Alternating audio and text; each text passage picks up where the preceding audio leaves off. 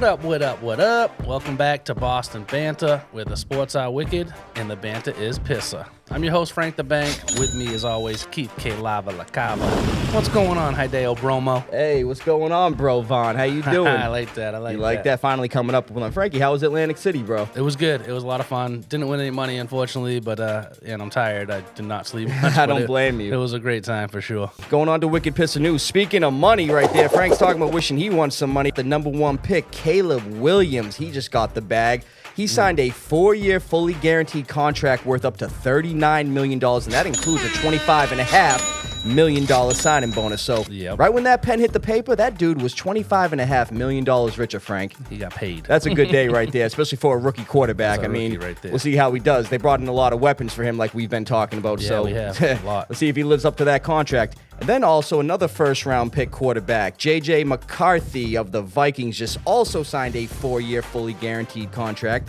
4 years, $21.85 million, and he also got a $12.7 million signing bonus right when that pen hit the paper as well, Frank. That's great. So both those guys, coming into their rookie seasons, both looking like the respected starters of their teams. Maybe Sam Darnold may start for the Vikings, but, living up to these fully guaranteed contracts, hopefully they can do something, especially with the weapons that they have on each of those teams as well. They did. They came into good situations for sure. Oh, yeah, certainly. And like I said, with the Bears, who they gave Caleb Williams, DJ Moore, Keenan Allen, DeAndre Swift, and his buddy Rome Odunze. Vikings, Justin Jefferson, Jordan Addison, who actually recently got arrested. He got arrested, yeah. We're going to talk about that, too. I recently saw he got arrested. And TJ Hawkinson and Aaron Jones. So these guys got their contract. Let's see how they do. That Addison is, I had that down as something to talk about, but they found him asleep on the highway. I know. In his car. So he got arrested for, suspicion of DUI. Come on, Addison, man. Literally asleep on the highway in his car with the car running. Scary. And the Vikings going to need you this year, man, so smarten up. Yeah, that's crazy. Moving on to some more NFL news. Wide receiver Brandon Ayuk, he wants out of San Francisco, Frank. Yeah. He's getting fed up, man. He wants a lucrative new deal. He's looking like he wants up to more than $28 million per season. And by the way, Frank, only 29 players in the NFL make that much money. I mean, that's just crazy. I don't even think he's the best receiver on the team. No, I'd say he's working his way up to and I've always said this with Ayuk once he came into the league. I said that he could be a number one on any other team. He could. I mean, him and he's Debo. He's a good player, but I mean, $28 million a year. $28 million's a lot. Yeah, I mean, think of all the other receivers out there, and I don't know. He's asking for a lot, but I mean. He should get something. He should get paid. I mean, I don't think he should be top, like that. Well, if you look at his stats from last year, Frank, 75 receptions, 1,342 yards, 7 touchdowns. He averaged roughly 18 yards a catch. So those are some really good numbers across those metrics. But Debo missed a lot of time last year, though. He did. I was going to say he missed a lot of time. He stepped into that role, but I mean, I don't know. And again, when you have Christian McCaffrey in the backfield, your receivers are going to look better regardless. I mean, you have to really load the box against CMC. I mean, let's be honest. Of course. So anybody that has CMC in a team that likes to run and do a lot of the short passes to him is going to open up the back end of the field. Absolutely. It's just gonna happen. Absolutely. You know one of the teams that inquired about him right when this news broke? The Patriots, of course. I did hear that. They were one of the first teams that inquired when that news broke, and then the 49ers told me, nah, he's not available. Telling all the teams he's not. If I see him go somewhere else, I'm not going to be happy, man. Yeah, I mean, he would fit well with us for sure. He would. We need a guy like that. I mean, I like Ayuk. I just wouldn't pay him like that. That's a lot of money, but we definitely need a guy like him. And mind you, too, he wants to be more of a number one receiver. Now's his opportunity if he were to get traded to us. And on to some more NFL news, but this one's not good at all. Former wide receiver Jacoby Jones passed away at the age of 40. Supposedly, he died in his sleep. No cause of death has been announced yet. Frank, this one kind of hit me real hard because growing up, I remember he was drafted in 07. I was a sophomore in high school. You know, that 07 NFL draft filled with some Hall of Famers now, like Calvin Johnson, Darrelle Revis, Patrick Willis, all those guys. AP. Exactly.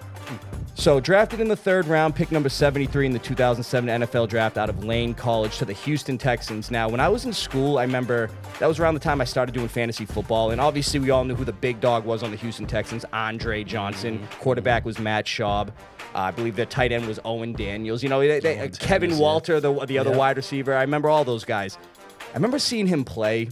He would get end arounds, religiously, and just his explosiveness is, as a football fan, it caught your eye, and you were like, whoa, look at this dude. But more notably, he was known for what he did with the Baltimore Ravens in their 2012 Super Bowl run. And you look at the divisional round that year against the Broncos. Ravens were down 35-28 in the 4th quarter of that game. looking like Peyton Manning was going to, take the game and go on to the AFC Championship? No. On 3rd and 3, Joe Flacco bombed it for Jacoby Jones. And the guy that I remember the defender was going to try to knock it down. He fell on his back. Jacoby Jones caught it, ran it in for the touchdown, tied the game up. Ravens would end up winning in overtime. And then in the Super Bowl, man, Super Bowl 47, he became the first player to score a receiving touchdown and a return touchdown in the same game in Super Bowl history. 56-yard receiving touchdown where he just showed the Jets, man, turned it on after he caught the ball. So fast. And then the 108-yard kickoff return touchdown where the lights went out right after. That was unbelievable. So, very sad, man. He's one of those players that I loved watching growing up. He was electric. He's very electric, and, my prayers are out to his family, especially his son, Jacoby Jr., and his mother. It was very sad to hear that, man, but moving on to some NBA news, actually, we have another unfortunate passing. The father of Kobe Bryant, Joe Jellybean Bryant, dies at the age of 69. He was a college standout at LaSalle University, played 8 NBA seasons, and after the 1983 season, he actually left the NBA to go over to Italy and play where he found more success, and that's actually where Kobe spent a good portion of his childhood. Summer League still heating up. Bronny James starting to show some offense over there. The Lakers' first win came against the Atlanta Hawks, where Bronny James scored 12 points. And also, Frank, he hit 2 3-pointers. Right before that, though? 0 for 16. 0 for 16. And again, I'm not knocking Bronny. I get it, man. He's transitioning into the league. He had his cardiac arrest moment when he was in college. So I'm giving him much respect for doing what he's doing, especially growing up where he was LeBron James' son. He wants to be in the NBA. He's working hard. Yeah. I'm just stating the facts and the stats, man. 0 for 16 before those 2 3-pointers. But what do you see on him, Frank? I mean, he's definitely improving a little bit on the offensive side of the ball. I think his defense has still been aggressive. He's looked better on defense, in my opinion, than offense. Right. But the last few games, he's shown that he can put the ball in the net, so that's good. And he showed the clutch gene. I mean, actually, in that game where he hit those 2 3-pointers, one of them was a crucial one to tie the game. So, moving on to some Red Sox news. Frank, you got something for us on this, somebody we're familiar with. Yeah, David Ortiz's son was drafted by the Red Sox. That's kind of cool. I saw that.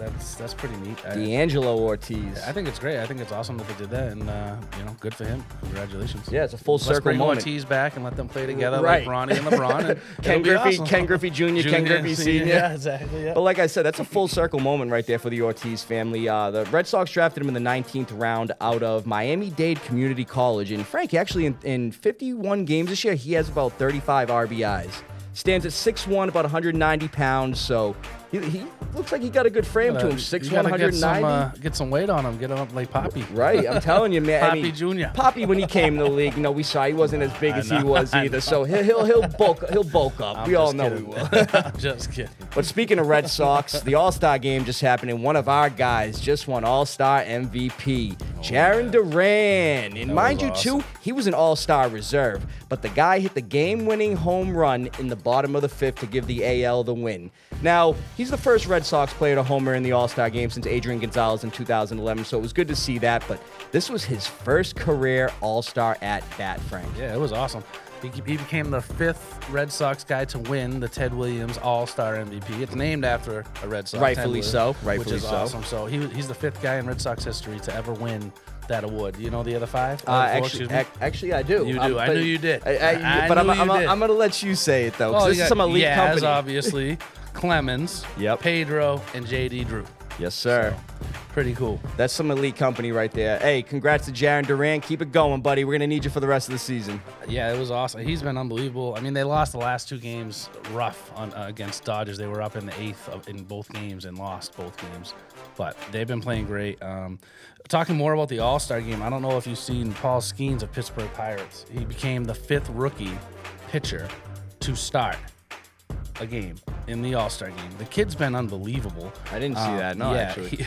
And he's the first pitcher, rookie, again, to start an All-Star game since 1995. Can you guess who that was? 1995.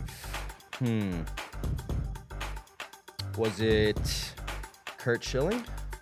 I'm going to give you a hint. Well, Schilling was a rookie before that, but I'm going to give you a hint. I already said his name today. You already said his name today, huh? Hideo Nomo. Oh, okay. All right. Was the last you got me. Rookie, so Hideo Bromo. Bromo. So, yeah, he was the last rookie to start an All-Star game. So this kid's been unbelievable. 6-0 with a 1.9 ERA, 89 Ks and 66 in the 3rd innings. Wow. Right? So he's been unbelievable. twice he's been pulled from a game with a no-hitter going this year. Twice, because I mean his pitch count was getting high, right? And they want to save him, which I respect. I mean, you want to keep the kid's unbelievable. So he pitched 1 inning, the All-Star game. Obviously, the first inning, the 1, 2, 3 hitters, he got out of it hitless. No, they didn't get any hits. He did walk somebody. He walked Soto on a 7-pitch at bat. He's been great. He's young. He's 22, and he's dating Olivia Dunn, the LSU. Really? Gymnast girl. So he's doing pretty well in life right now. Oh, I thought Joe Burrow and her were becoming a thing for a second. I saw some pictures of them at Michael Rubin's all-white party. Nope, Well, never mind. I'm not trying to blow up nobody's spot, man. I got something for some WNBA news. Oh, yeah, I got a lot of WNBA. Caitlin Clark, man. Just the stories with her, the numbers keep going up. She's a beast, man. She's unbelievable. Caitlin Clark breaks the WNBA record for assists in a game with 19 in a loss to the Dallas Wings, Frank. But now there is only one player in WNBA history who has recorded these numbers. 381 points, 175 assists, 136 rebounds, 65 three-pointers made, 35 steals, and 20 blocks. Her name's Caitlin Clark. It's unbelievable. Now, I'm not taking anything from Angel Reese. She's having a great season as well. But Caitlin Clark, she's something different, man. Well, and she's smaller than Reese as well. Oh, yeah, Reese is way taller, but Clark's been unbelievable. I watched the WNBA All-Star game last night. I can say that. It was probably the first time I've ever watched that. And it was a packed house. I loved the format. So they took the non-All-Stars that did not make the Team USA. So all the Team USA All-Stars were on one team. And then all the ones that weren't on Team USA that were All-Stars were on the other. So it was Team USA versus the WNBA All-Stars that didn't make Team USA. So the Team USA lost. Caitlin Clark was 1 assist away from the record. Didn't we discuss this about why they should have been on the Olympic roster? Well, Clark I thought should have been there too, but it was pretty cool that... And they handed him the loss. Yeah, well, Clark didn't shoot overly well. She only had 4 points. She missed every 3 she took. She didn't take a ton of them, but she had a ton of assists. Okay. She set the record for a rookie for assists in an All-Star game. She was 1 off Sue Bird's record of tying her. She had 10 assists, so she had double-digit assists. She's the John Stockton of the WNBA, bro. She did great. It was really it was a fun game to watch. Angel Reese had a double-double, of course. That's what she does. That's what she does. We've talked about this many times. Ngungwale had 34 points. This is her she got MVP. This is the second time she's got MVP. She had 34 points, which is the record for an All-Star game. She was 0 for 2 at halftime with no points. She scored 34 points in the second half. Wow. And went crazy. So she won that. I thought that was really cool.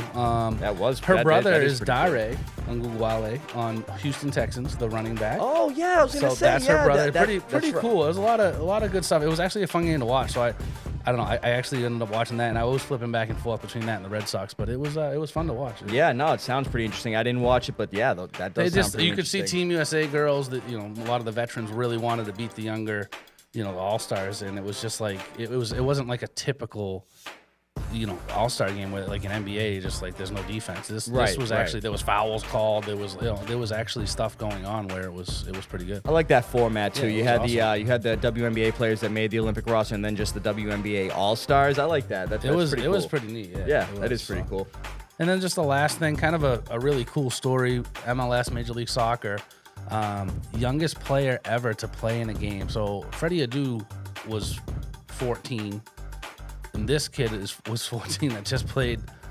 Just think about a professional player at 14. So Kevin Sullivan became the youngest Major League Soccer player ever at 14 years, 239 days. I know. So he's almost 15. And Freddie Adu was closer to 15, only by a couple weeks, but came in as a substitute, played against the New England Revolution. His brother is actually on the team too. They both play for Philadelphia Union. His brother's on the team, and his brother actually scored a goal that day. The brother's 20 though. So this kid came in and actually played as a 14-year-old. He's not even 15 years old yet. Yeah, I don't think there's anything else to go through. So, why don't we kick it over to the Foxboro Focus? I know we don't have a ton still.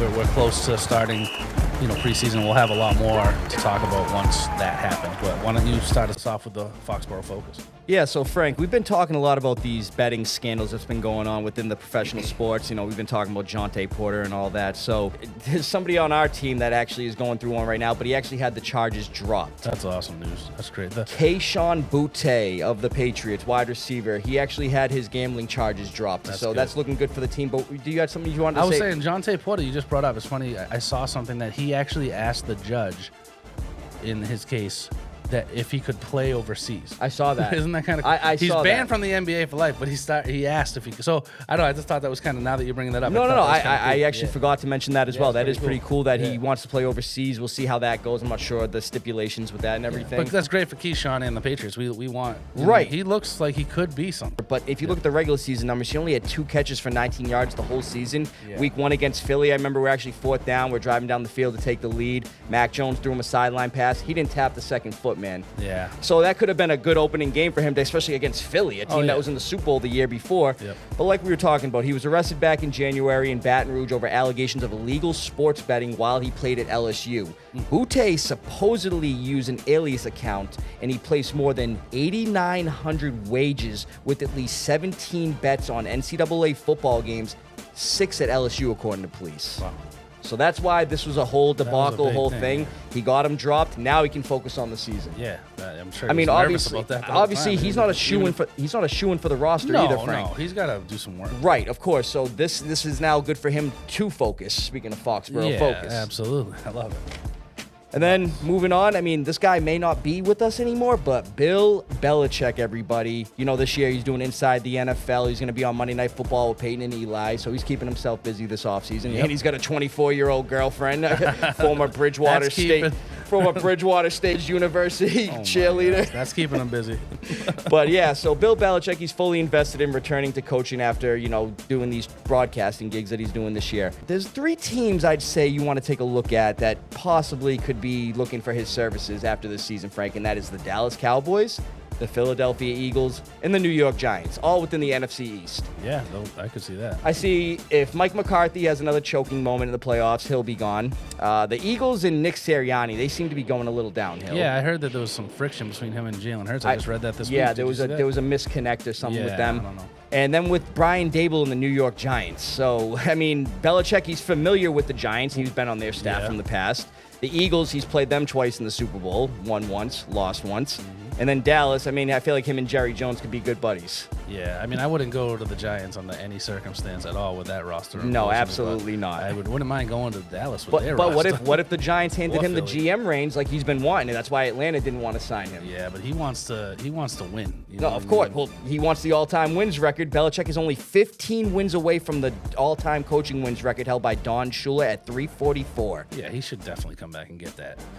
2 weeks away, well, Thursday, from Thursday, 2 weeks from this Thursday coming up is our first preseason game. That's coming up real soon, so that's cool.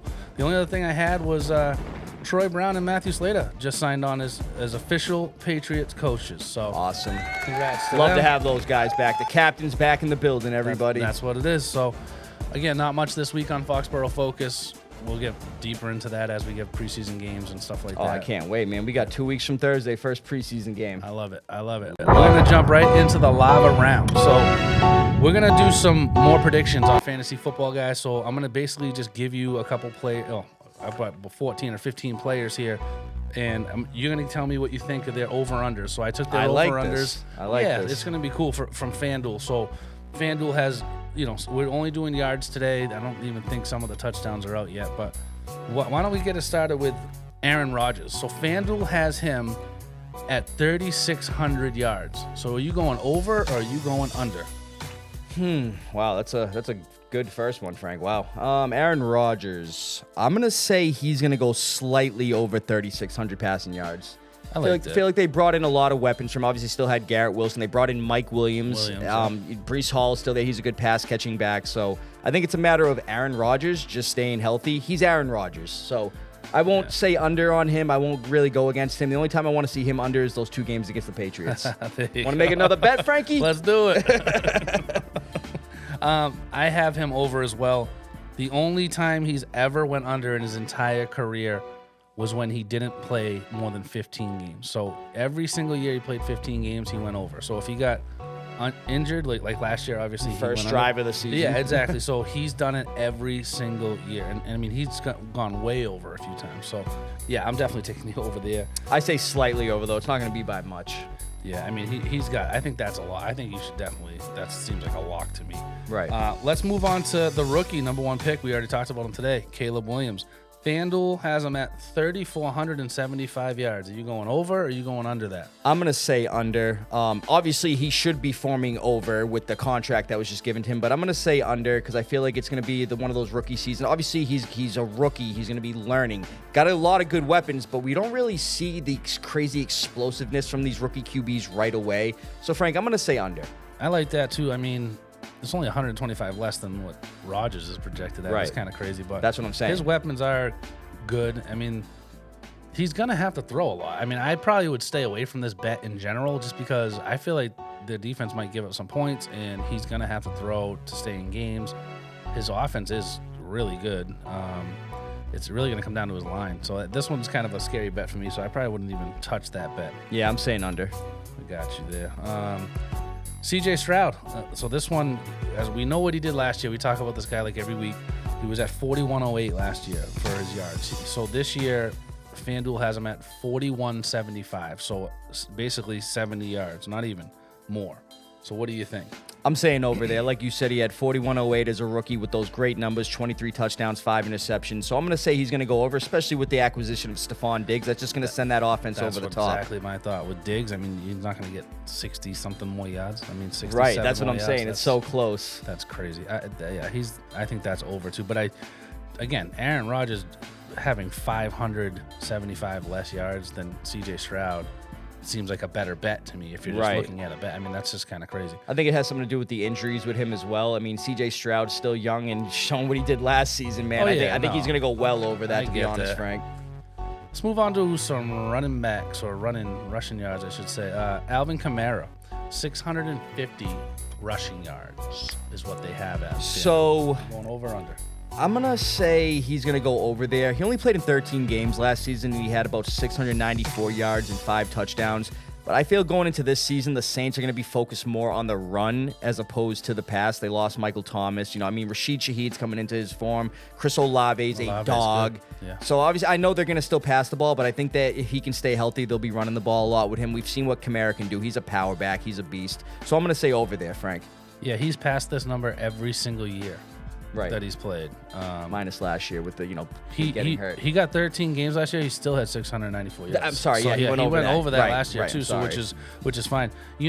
As good as he's been though, he has never had a 1,000-yard rushing season. Not once. He gets involved in the pass a lot. A lot too, of pass. That is surprising to me. I never really noticed that. I thought when he came out as a rookie, he looked so explosive. I just thought he was going to run all over the league, honestly. I really thought he was going to. They showed his workout video as a rookie. He was pulling a Jeep. Pulling stuff. Yeah, this is nuts. And he had 932 yards, was his closest year from a rushing standpoint. I know his all-purpose yards are way high, but I just thought that was interesting. So moving on, let's go to a guy on a new team, Derrick Henry. Derrick Henry with the Baltimore Ravens. This number I thought, at first glance is low, but we'll talk a little bit about that. But it's 925 yards. I'm going to say over, but it's going to be close due to, obviously, the other guy they got on that team, and it's not a running back, it's their quarterback. Yeah. So he had 1,167 rushing yards last year to go along with 12 touchdowns. So I think Derrick Henry, with the number you just told me, I think he can go over that. But it's a matter of if Lamar is running for his life or not. That's the next person I'll ask you about in a second is Lamar. And yeah, I'll say Derrick Henry had over 1,100 yards last year, and then the year before he had over 1,500. So he can definitely do it. It depends what they're trying to implement in Baltimore if they're going to let Lamar run crazy. So the next person, Lamar Jackson, 725 is his number on FanDuel over or under rushing yards. So due to the acquisition of Derrick Henry, I'm going to say he's going to be under, even though he did have 821 rushing yards, 5 rushing touchdowns last year. I'm going to say that number is going to dip a bit due to the fact that they have now a power running back in Derrick Henry. I mean, who did they have last year? J.K. Dobbins and Gus Edwards, two guys that got consistently hurt. Let's be real here. Yeah, so he's hit the number every single year except for his rookie year. I mean, he's been over 1,000. He's been over 1,200 yards rushing as a quarterback, which is crazy. These two bets I probably, again, stay away from just because I don't know what they're going to do. Like, I don't know if they're going to let Lamar go crazy or if they're just going to hand it to Derrick and let Lamar actually be a pocket passer and try to pass the ball. I think Lamar's instincts will kick in and he's going to run. I mean, this number is extremely low for Lamar Jackson. I mean, he's not even within 100 yards of this except his rookie year. I mean, he's beat this number easily every year. But if we look at real in-depth, Frank, I mean, look at Lamar Jackson's running backs throughout his career in the NFL. He hasn't really, I mean, he had Mark Ingram, but let's face it, Mark Ingram had one foot out the door. Oh, I know. You know what I mean? So, and guys like Justice Hill, you know, guys that were role players. Now he's actually got a dynamic elite running back on his team. So that's where I think his numbers could dip, but who knows, man? Like I said, if he's running for his life the whole game, then clearly those numbers will go up. It's going to be interesting to see what he does. I don't know. Sir. I think having Derrick Henry is going to hurt Lamar Jackson's fantasy value. Oh, I agree. Do you agree with They're that? going to be on the goal line. He's not going to be doing the play action rollout bootlegs, you know, rushing every time. They're going to just be handing the ball to Derrick Henry on the goal line. Save Lamar's health, man. He's a scrambling quarterback. I mean, it's not going to hold up forever. Yeah, I agree. So they want to keep him healthy, and that's a smart way to do it. Certainly. I would want that too. I agree. Moving on, let's go James Conner. 750 yards over under. James Conner. So it's a matter of, you know, his health. Can he stay healthy? He had 1,040 rushing yards last year, and they have a rookie running back behind him in Trey Benson, who we've been talking about a lot. Yeah, we have. I'm going to say over, Frank. The reason I'm saying over is he rushed for over 1,000 last year. I'm hoping, I like James Conner too. I like his story. You know, he beat leukemia coming into the league with the Pittsburgh Steelers. Yep. So I want to see him do good. So I'm going to say over on that, Frank. I like the over there too. I think as long as he stays healthy. I mean, he should beat that as long as he's healthy. Moving on, let's go to our boy Ramondre Stevenson. Ramondre just got the bag recently. Yeah, he did. 775 rushing yards. I'm saying over on that. We're gonna the focal point of our offense. Thank you, Frank. The focal point of our offense is gonna be running the ball. Obviously, we don't got much receiver help. I mean, obviously, Jacoby Brissett and Drake May are our quarterbacks. Yeah, I think the team is going to be focused around running the ball, and I see Ramondre getting over that. Obviously, if he stays healthy as well. I mean, he had a high ankle sprain last year, so he stays on the field. I see him going over that. He should get this easily as long as he's healthy. I mean, Yes, that's sir. always any of these bets are obviously as long as you don't get injured, but that should be a no-brainer to me. He should have. He's gonna get a lot of volume on that team this year. A ton. A guy that moved teams and actually has the exact same number as Ramondre, Zach Moss, we've talked about, 775 over under there. Ooh, okay. He had a pretty decent year last year with Indy. Obviously, he stepped in when JT was suspended and hurt. He had 794 rushing yards, 5 touchdowns in 14 games last year. I'm going to say under, though, Frank. I like the under, too, in this A one. whole new team. Obviously, too, you got dynamic rookie last year, running back Chase Brown getting worked into the offense. T. Higgins is back. They got Jamar Chase. They got Mike Gesicki, which I'm not saying he's going to. But I feel like Zach Moss isn't going to be a main focal point of this team like he was really in Indy in the beginning of the season last year. Yeah, I agree. Indy is built to run. Cincinnati is not built to run. So I feel Absolutely not. Their line, there's a lot of questions on their line. I think in Moss, I don't know. I think that was an outlier for him last year. He's a good player. But I do think Chase Brown's going to be in a lot more. A lot. I agree. Yeah, so I think that's going to go under as well. Let's move on to Calvin Ridley. 825 yards receiving. I'm going to say under. The reason I'm saying under, Frank, I mean, yeah, he had over 1,000 last year and 8 touchdowns with Jacksonville. He's now coming to this Tennessee team with a stacked offense. How many times do we got to bring it up, Frank? Stacked offense. DeAndre Hopkins, Calvin Ridley, Tyler Boyd. You got Tony Pollard, back-to-back 1,000-yard rusher. You got Tajay Spears as a rookie, had over 50-something receptions last year. Yep. So going into this team, I really see him getting less than what he had in Jacksonville. I mean, who was the other receiver behind him in Jacksonville last year? What was it, Christian Kirk? Yes, sir. So I see that being an under. Yeah, he had 1,016 last year, and now he's going on to a team with a question. We don't know how Levis is going to be. That's the other thing as well. Pollard's going to get the ball a lot, I'm sure. And Spears, too, is a great. And I mean, they're going to throw a lot to the backs, I feel like. So, yeah, and then, D-Hop's going to eat up targets. Boyd's going to eat up targets. I mean, they have a lot of weapons. They're primed for success over there. They are. I mean, he's a great addition to their team. He is. But they're going to spread the ball out. Exactly. He's not going to be the focal point when you have all those other guys on the team. Yeah.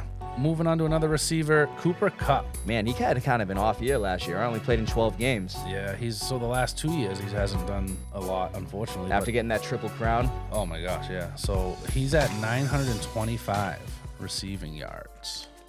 I'm gonna say over by slightly. I think he might get the 1,000. He only had 737 yards last year, but like I said, he only played in 12 games. But I really feel like Matthew Stafford, especially if he can stay healthy, because he got hurt last year as well, he'll be looking for Kupp, his main target. And like I said, I feel like they're going to be running a lot with Kyron Williams this year. But it's a matter of Stafford's healthy, Kupp's on the field. He's going to be looking for his guy, so I could see him getting more. Yeah, I mean, the last 2 years, 737, and then 2022, he had 812. Before that, 2021, he had 1,947 That's yards. so crazy. He had 974. Healthy, fully healthy the whole year. And 1161 in 2019. So those 3 years, he beat the 1 year by 1,000. Yeah, I don't. This is a questionable one for me because Puka looked so good last year.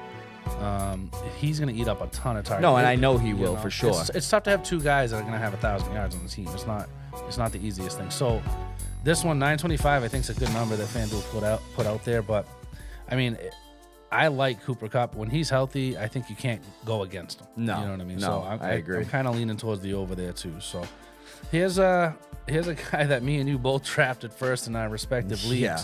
Justin Jefferson. 10 games last year he played. I mean, in the beginning, I started off 4-1 in my fantasy league. He got hurt, man. It was just a downward spiral. Yeah, it was bad. Yeah. What do we got on that? Crickets? No. But you know. That's what it was for him last year. Exactly.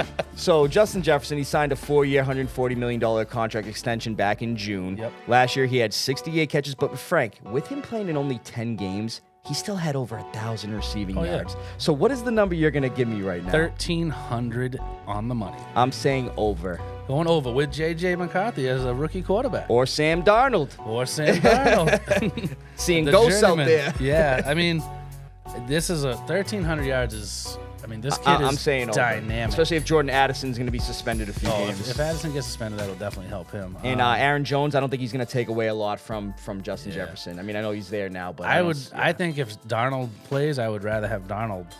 I think he's easier. He's getting this easier with Darnold than he is a with veteran McCarthy. quarterback that just will know because what we just don't know yet. Right, how J.J. McCarthy pans out. And they ran a lot at Michigan too, so it's like, I don't Right. know. We don't know what we're gonna get from McCarthy yet. I say over though, Frank. I say if you he's can't go fully against healthy. him. You can't go No, against him. he's a dog, bro. He's the best receiver in the league, in my He opinion. missed 7 games. He missed last year. He still was over 1,000 yards. That's so crazy. That's Absolutely how crazy. dynamic he is. You can't go against this kid. No, absolutely not. So let's do a couple tight ends, and why don't we go Travis Kelce, 830 yards. So for a second, I thought you were going to say the over on under and how many times they were going to show Taylor Swift on the screen every time he got a you catch take the or they over mentioned his name. every single time. They show more of her than the actual football Literally, game. without him even But getting a that's fine. catch, like, they're like, oh, Travis Kelce on that block, and then you show Taylor Swift. Travis It's like- Kelce's blowing her another kiss. Look at So with that number you just gave me, Frank, I am going to say under. I think he's getting up there in age. He had Yeah. 93 catches last year, 984 yards, 5 touchdowns. It was kind of a slower touchdown ratio compared to his year before where he had 12. Yep. Leading the league in touchdowns, I believe, fully. I'm pretty sure he did, not just tight I'm not ends. Sure. He had a big year. But I see this Chiefs offense now that they just drafted rookie Xavier, where the fastest guy in the 40-yard dash. Yeah, in they have history. Marquise Brown. Rasheed Rice, he's looking at a suspension, but I feel like Pat Mahomes is going to be using more of these dynamic, fast playmakers. I mean, obviously, he's still going to be looking for his boy Kelce, but I don't see him getting more than 800-something yards. Yeah, 830.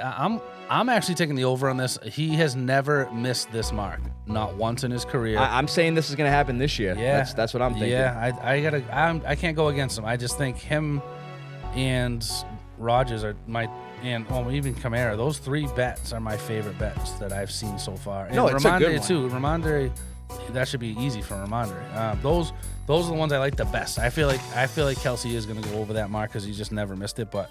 I could be wrong, but if Rasheed Rice gets suspended, that's more targets No, for him. 100%. That's what I was going to say. Again, like you said, he's getting old, and he's going Getting to up spread there the in ball. age, yeah. Worthy, and they signed Marquise Brown's been an unbelievable signing for them too. So Yep. I don't know if that'll help Kelce or hurt Kelce, but hopefully the DBs go back on the guys. But also, we've been noticing too that they've been running the ball more with Pacheco. He's been Pacheco running looks good. hard, man. He's Like, you see the good. way he runs. Somebody compared him to a Walking Dead zombie running or something. I saw something they said he runs like a zombie. I saw that, and it actually is pretty funny the way you see him run, He's dude. fast. He's quick. I like Yes, the he way is. runs. Lastly, let's try Sam Laporta, 825. I'm actually gonna say over on that, Frank. He is in an offense where obviously they're going to be throwing a lot of targets to Amon-Ra St. Brown. Jamison Williams is getting involved. They got Jahmyr Gibbs, David Montgomery. But doing what he did as a rookie last year, and TJ, again, man, you got a great keeper. 86 receptions, 889 yards, in 10 touchdowns. You don't see that a lot out of rookie tight ends, other than if your name is Rob Gronkowski. He did good. He did really good. I would take the over on this too. I know last year Jameson missed time. He was suspended. He was hurt. Whatever. I mean, so that gave him more targets. I do think Jameson Williams is going to eat up some more targets this year. I think Jameson's going to be real good this year. But the way they play, I feel like he's going to get this pretty easily. Yeah, I agree. I think Jared Goff, he loved using him last year. He's a security blanket for him, especially in the goal line, man. And the guy runs great routes. Oh, yeah, he's for a bigger tight end, man, he blocks good. He runs good routes. He has good hands. He's the full package at tight end. He's real good. I like the way he plays. So that's what I'm thinking for my over and unders, Frankie. Yeah, I'm with you there. So, yeah, that's pretty much all we have this week. I like those over-unders. Frankie, you hear that, bro? Nah, what is that? I don't know, man, but I think I hear a storm coming or something. Oh, yeah. You know what? Twisters just came out this weekend. That's right. Frank, it's getting pretty bad in here, man. Windy, man. I think we should probably get out of here, bro. From being down to your town, stay wicked, Pissah. From Foxboro to your bow. Thanks for listening.